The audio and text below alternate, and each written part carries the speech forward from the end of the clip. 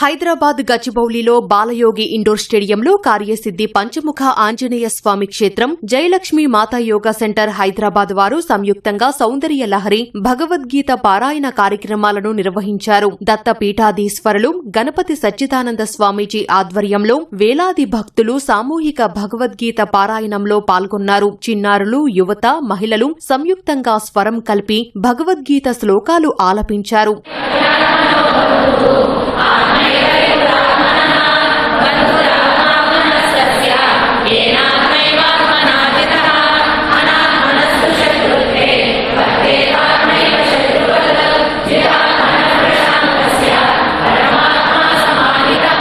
దేశ విదేశాల నుంచి తరలివచ్చిన భక్తులతో స్టేడియం లోపల బయట ఆధ్యాత్మికత ఉట్టిపడింది. ప్రపంచ శాంతి కోసం సామూహిక సంపూర్ణ భగవద్గీత పారాయణం కార్యక్రమం చేపట్టామని సచ్చిదానంద స్వామి తెలిపారు. భగవద్గీత అన్ని సమస్యలకు పరిష్కారాలకు మార్గం చూపిస్తోందని కార్యక్రమంలో పాల్గొన్న సినీ నటుడు మురళీమోహన్ అన్నారు.